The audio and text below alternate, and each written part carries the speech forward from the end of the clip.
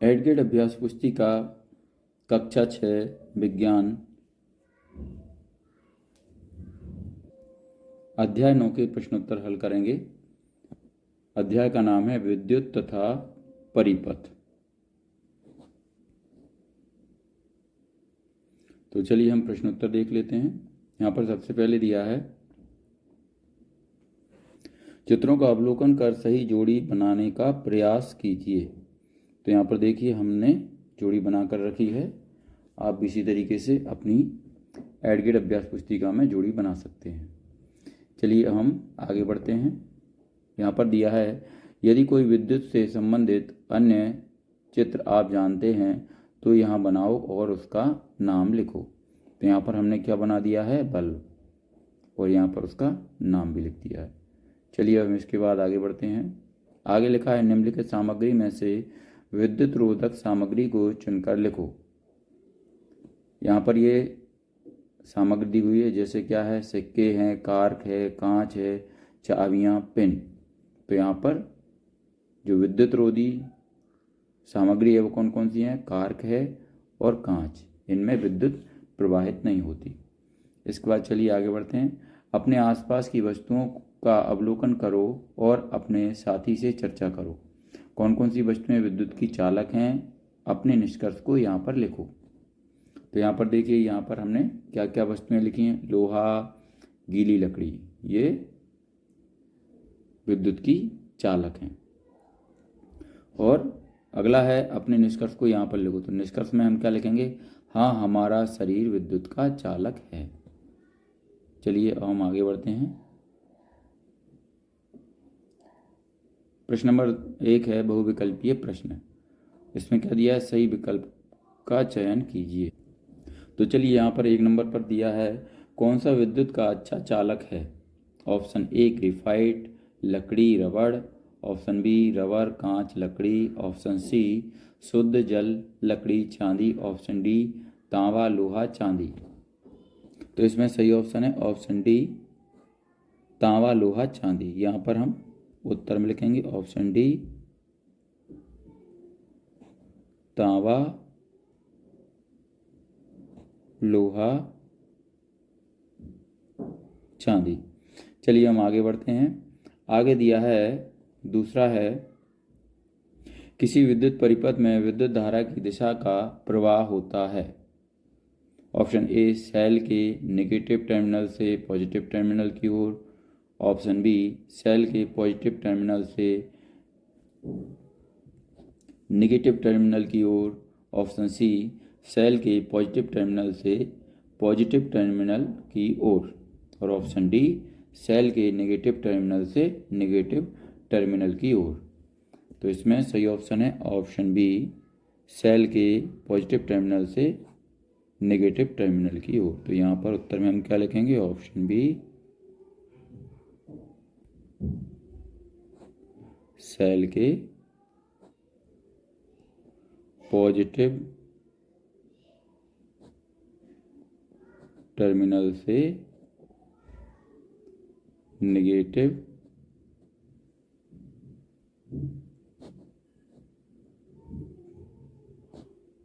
Terminal की ओर। चलिए हम आगे बढ़ते हैं।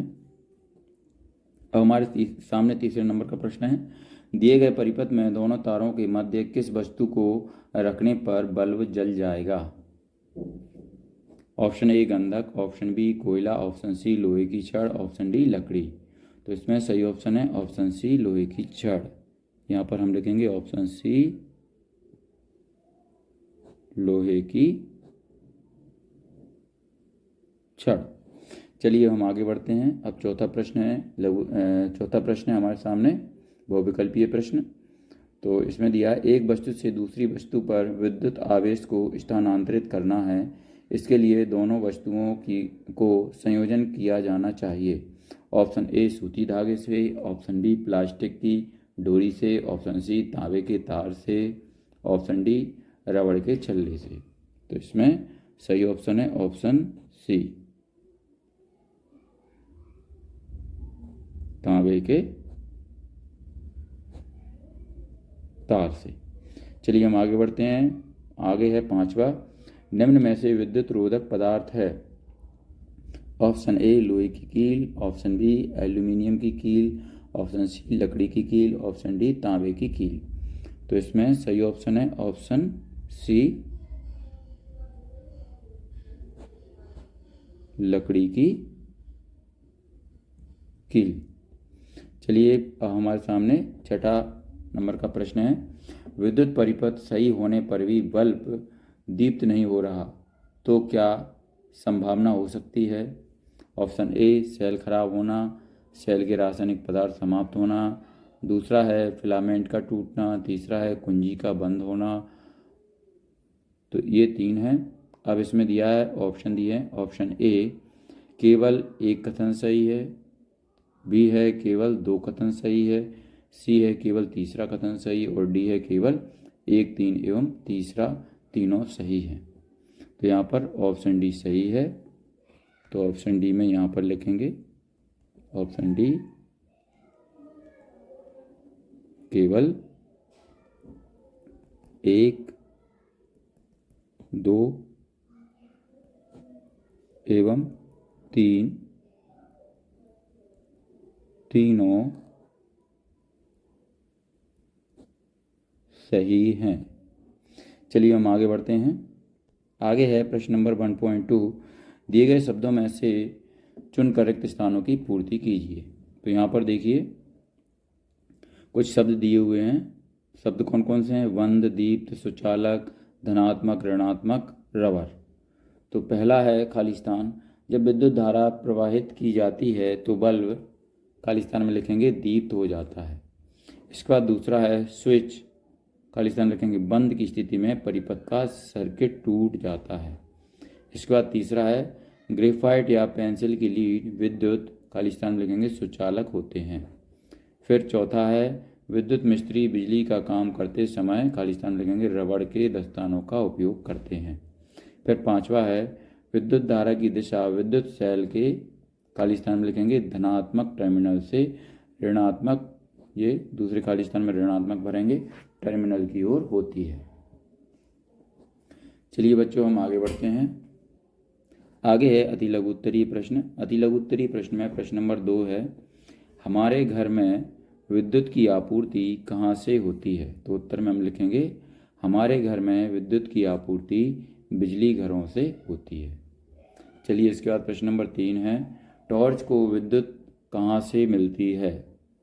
टॉर्च के सेल का रसायन यदि खत्म हो जाए तो टॉर्च प्रकाशित होगा।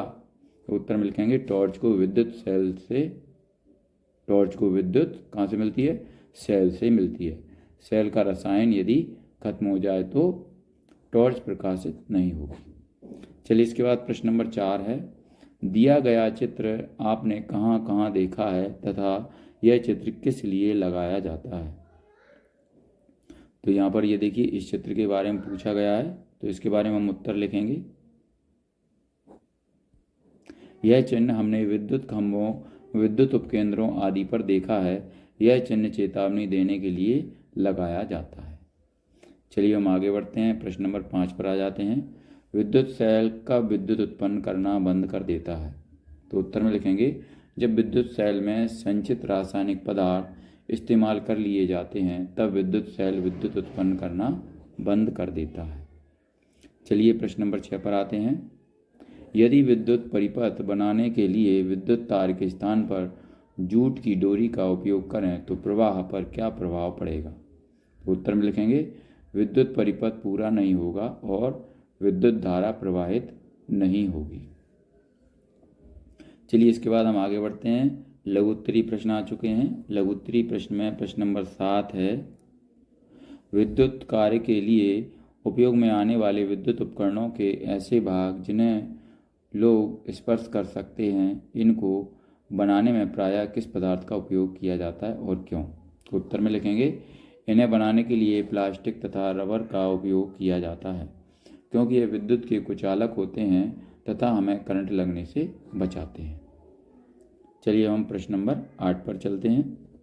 प्रश्न नंबर 8 में पूछा है, दी गए चित्र में क्या विद्युत परिपथ सही है?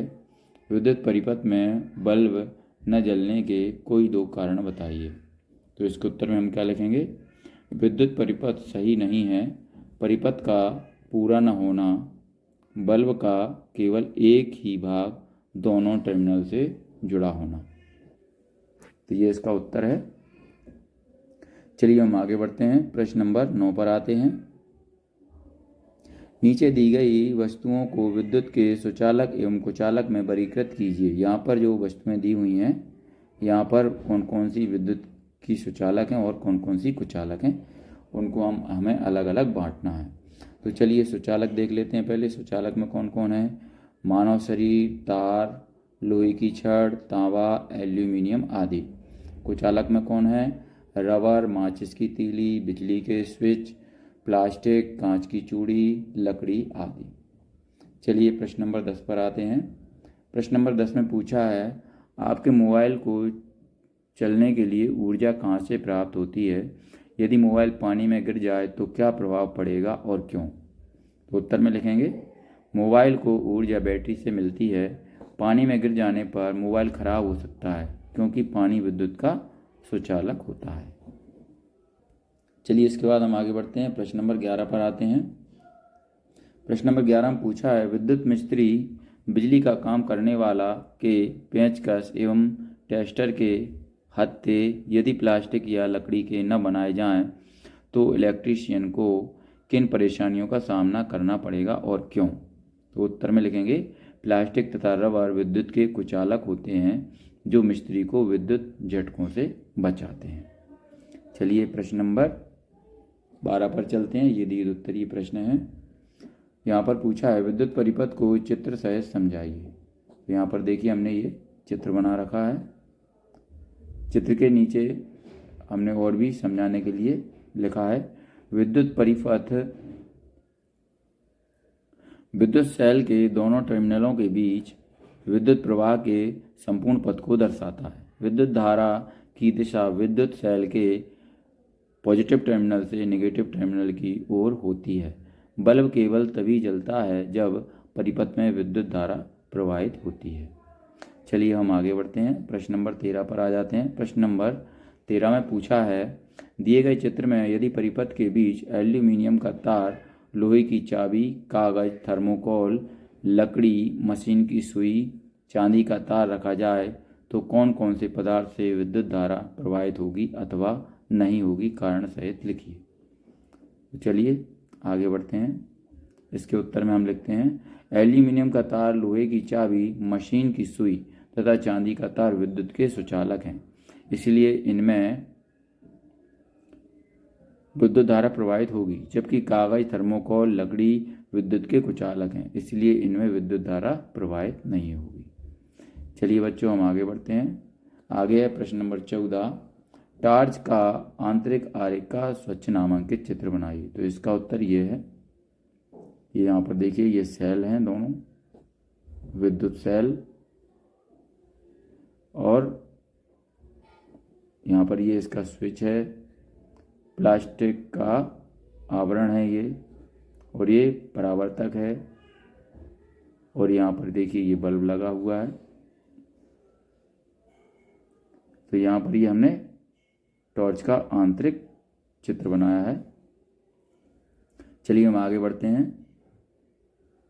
विद्युत सेल तथा प्रश्न नंबर 15 है, विद्युत सेल तथा बल्ब को जोड़ने की विभिन्न अवस्थाओं के चित्र बनाइए। तो यहाँ पर देखिए ये सीरीज में जुड़ा है ये बल्ब और सेल, इसके बाद ये पैरेलल है, ठीक। यहाँ पर इसके बाद यहाँ पर है, ये अलग तरीके से हम जोड़ सकते हैं, साधारण है ये। इसके बाद यहाँ पर इस तरीके से भी हम विद्युत सेल को बल्ब से जोड़ सकते हैं, और यहाँ भी ये बैटरी के द्वारा भी हम एक स्विच लगाकर, यहाँ पर एक स्विच लगाकर ये इसको इस तरीके से भी हम जोड़ सकते हैं। चलिए बच्चों अब हम आगे चलते हैं। यहाँ पर आगे प्रोजेक्ट कार्य आ चुके हैं। तो प्रोजेक्ट कार्य में ये देखो क्या पूछा है, अपने माता पिता या बड़े भाई बहन की सहायता से पिछले साल के ऊर्जा बिलों को इकट्ठा करें और माहवार बिल आंकड़ों को तालिका में भरें एवं विश्लेषण करें। तो यहाँ पर ये आपके जो बिजली के बिल हैं उनको इकट्ठा करिए और यहाँ पर ये तालिका उसी बिलों के हिसाब से आप पूरी करेंगे, है ना। वो ये तालिका जब आपकी पूरी हो जाएगी तो यहाँ पर फिर ये प्रश्न दिए हुए हैं, तो इनको आपको अपने इस तालिका के हिसाब से ही बनाना है, यहाँ पर उत्तर लिखना है इनके। तो ये प्रोजेक्ट कार्य है, ये आपको स्वयं ही करना है, ठीक है, क्योंकि ये आपके स्वयं के घर के बिल के आंकड़ों के बारे में ये प्रोजेक्ट कार्य है। तो चलिए यहाँ पर ये हमारा पार्ट 9 समाप्त होता है। अगर आपको हमारा ये वीडियो अच्छा लगता है तो इसको लाइक करें, अपने दोस्तों के साथ शेयर भी करें। इसी तरीके की और वीडियो प्राप्त करने के लिए हमारे चैनल को सब्सक्राइब करना ना भूलें। धन्यवाद।